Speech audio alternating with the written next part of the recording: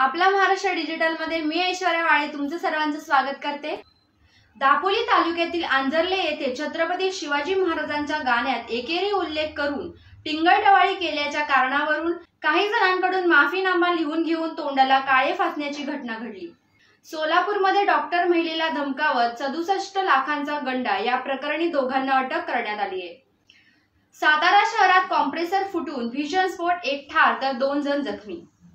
उजनी धरणात पाण्याचा भरपूर साठा असल्यामुळे धरणावर कार्यरत असलेल्या विद्युत निर्मिती प्रकल्पाच्या माध्यमातून 1,74,00,000 युनिट वीज निर्मिती करण्यात आली आहे। दुसरीत शिकत असलेल्या चिमुरडीवर ज्येष्ठाने अत्याचार केल्याची संपादजनक घटना खटाव तालुक्यातील एका गावात उघडकीस आली। आरोपीला अटक केली असून न्यायालयाने 4 दिवसांची पोलीस कोठडी सुनावली। मलबार हिल्स जलाशयाच्या पुनर्बांधणीचा प्रस्ताव रद्द झाल्यानंतर आता जलाशयाच्या दुरुस्तीसाठी 9व्या पर्यायाची चाचणी करण्यात येणार।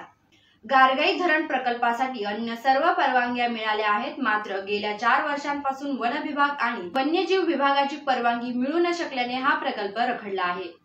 पुण्यात पूर्व मतभेदातून तरुणाचा खून, मार्केट यार्ड परिसरात चौघांकडून कोयत्याने वार।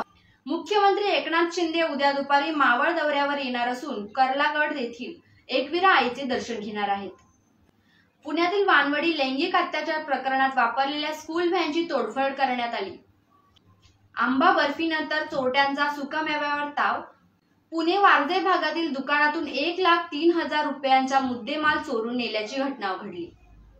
मित्रांसोबत फिरायला गेलेल्या तरुणीचे पुण्यात बोपदेव घाटातून अपहरण, विनयभंग केल्याप्रकरणी मोटर चालकाविरुद्ध गुन्हा दाखल। लोन ॲपवर झालेले 8 लाखांचे कर्ज फेडण्यासाठी मीरा रोडमध्ये एका तरुणाने आपल्या प्रेयसीच्या मदतीने मामाच्या घरात चोरी केल्याचा प्रकार उघडकीस आलाय।